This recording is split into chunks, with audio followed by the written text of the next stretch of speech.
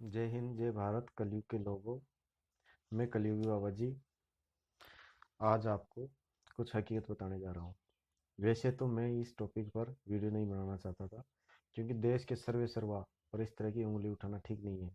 लेकिन रोजाना आने वाली न्यूज़ और प्रत्यक्ष आंखों देखा हाल के कारण मैं अपने आप को रोक नहीं पाया।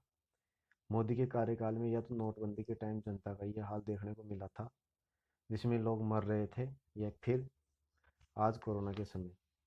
नोटबंदी ने तो मोदी ने यूपी के चुनाव जीतने के लिए और जनता को काला धन वापस लाने का वादा निभाने के लिए किया था। हो सकता है नोटबंदी में मोदी जी की पवित्र भावना भी हो, लेकिन उसमें सरकारी कर्मचारी जो बैंक में थे या फिर बैंक वालों से जान पहचान थी, ने पूरी पवित्र भावना को मिट्टी में मिला दिया। और मोदी जी पूरे देश के सामने किरकिरी हुई थी।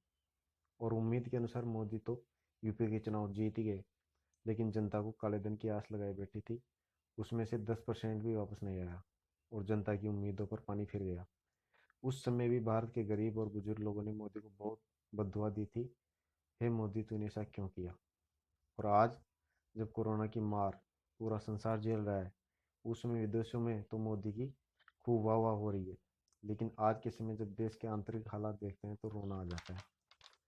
विदेशों में तो लग रहा है कि भारत ने कोरोना पर काबू पा लिया है, और न्यूज़पेपर भी यही दिखा रहे हैं, क्योंकि उन्हें सरकार के साथ मिलकर काम करना पड़ता है, नहीं तो उनका भविष्य अंधकार में चला जाएगा। जबकि हकीकत तो यह है कि 136 करोड़ जनसंख्या में से केवल 10 लाख टेस्ट हुए हैं, और उनमें से 1.25 लाख पॉजिटिव पाए गए। इसका मतलब लगभग 12.5%। अब आप सोचो कि 136 करोड़ का 10% भी निकाले तो 13 करोड़ 60 लाख लोग भारत में संक्रमित हैं। और आज की तारीख में और मृत्यु दर भी देखो तो 4% है। इसका मतलब यह है कि लगभग 55 लाख लोग भारत में कोरोना से मर रहे हैं। यह आंकड़ा तो बहुत चौंकाने वाला है, लेकिन भगवान से प्रार्थना करो कि ऐसा हकीकत नहीं हो। लेकिन कब्रिस्तानों में लगातार आने वाले जनाजों को देखकर तो ऐसा ही लगता है। जितने जनाजे पूरे साल में आते थे, उससे दुगने तो पिछले 2 महीने में आ चुके हैं। ये तो बीमारी का एक पहलू है। अब दूसरा देखो, जो बहुत ही खतरनाक है।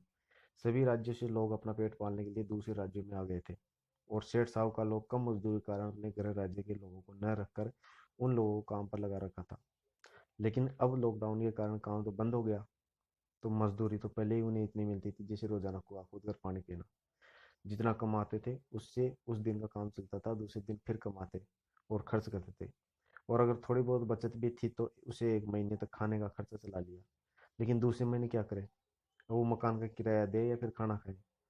तो जब उनको कोई आस नहीं दिखी तो वो अपने आवश्यक सामान उठाकर चल दिए, जिससे मकान का किराया देना नहीं पड़ेगा और भोजन शायद रास्ते में कोई दे ही देगा। लेकिन उन्हें क्या पता था कि रास्ते में वो किसी ट्रक के द्वारा कुचले जाएंगे, या फिर कोई ट्रेन उन्हें काट देगी। हालांकि ट्रेन हादसा उनकी लापरवाही थी, लेकिन मजबूरी तथा थकान में बहुत बार ऐसा हो जाता है। लोग दिखावा करने के लिए पीएम केयर फंड में 1 लाख करोड़ रुपए जमा कराती है, और लगभग 500 500 करोड़ रुपए सीएम केयर फंड में डाल दिए। लेकिन यही लोग अगर प्रत्येक जो मजदूर को उसमें देने वाले पैसे डायरेक्ट दे देते तो शायद बहुत अच्छा होता। या फिर इन बेचारों से मकान का किराया नहीं मांगते, तो ये घर छोड़ने को मजबूर नहीं होते।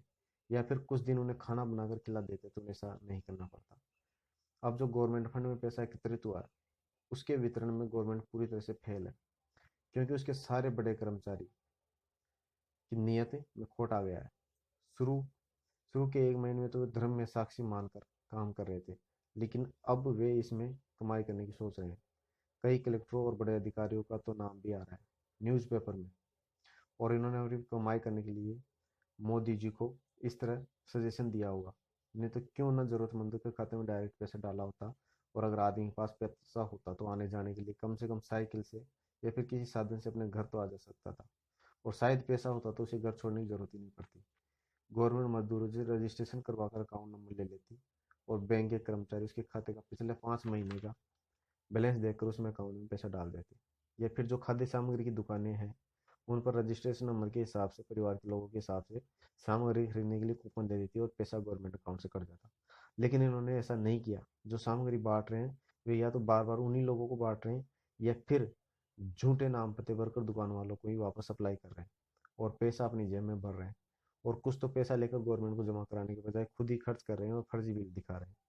इस काम में तो इस टेक्नोलॉजी के ज़माने में भी इस प्रकार कार्य करने के तरीकों को गवर्नमेंट का पूरा फॉल्ट मानता हूँ। और इन सब की बद्दुआ इन लोगों को झेलनी पड़ेगी। अभी तो ये लोग अकाउंट में पैसा भर भर कर बड़े खुश हो रहे हैं कि हमने जो गवर्नमेंट को लूट लिया है। लेकिन जब इनके पुण्य कर्म फल खत्म हो जाएंगे और पाप कर्म फल भोगेंगे, तो वे बेड पर पड़े पड़े ये सब बातें याद आएगी, और इनके इलाज के लिए डॉक्टर भी नहीं मिलेगा, या फिर इनका रोग ठीक ही नहीं होगा, और ये उस पैसे को देख देख कर रोते रहेंगे कि मेरी सहायता क्यों नहीं कर रहा है, जैसे अभी बीमार लोग कर रहे हैं। लेकिन फिर इनको दुख झेलने के लिए और कोई रास्ता नहीं होगा। जो अच्छे लोग हैं उनको तब भी ये वीडियो देखकर समझ जाना चाहिए, अपने घर में दूसरों का पैसा बढ़ने से कुछ नहीं होगा, बल्कि उस पाप का भागी बनना पड़ेगा। इस बात को जो बहुत ज़्यादा अमीर है वे सब समझते हैं, इसलिए वे लोग दान कर रहे हैं। लेकिन ये पापी लोग उन गरीबों का हक का पैसा खा रहे हैं, इनको तो नरक में भी जगह नहीं मिलेगी। टाटा ने 1500 करोड़ रुपए दान कर दिए, और कई सेलिब्रिटी ने अपने अपने हिसाब से दान किए, और किसी ने डायरेक्ट जरूरतमंदों की सहायता की। अगर आप सहायता करने लायक हो तो धन की सहायता करो, और यदि धन नहीं है तो तन से सहायता करो। मरीजों को सहानुभूति दो, और पैदल जाने वाले को पानी पिला दो, और उनकी बोतल में पानी भर दो। खाना बचा हुआ है तो वो दे दो, और अगर संयम से काम लो, किसी को भी कटु वचन मत बोलो, और हिंसा में शामिल मत हो। अब रही बात मोदी जी की, तो वो तो इस पाप के भागी हैं, क्योंकि पूरा देश आज उन पर निर्भर है। वो जो चाहे वैसे निर्णय ले सकते हैं। मनुस्मृति में भी कहा गया है कि आम जनता जो पाप करती है उसका फल भी राजा को भोगना पड़ता है। इसलिए राजा को अपने देश को पाप मुक्त करना चाहिए, और मोदी आज देश का राजा है, तो वो सबसे उसे भोगना ही पड़ेगा। उसे तो जवाब देना ही होगा, और आगे उस परमात्मा की मर्जी। जय हो, जय हिंद, जय भारत।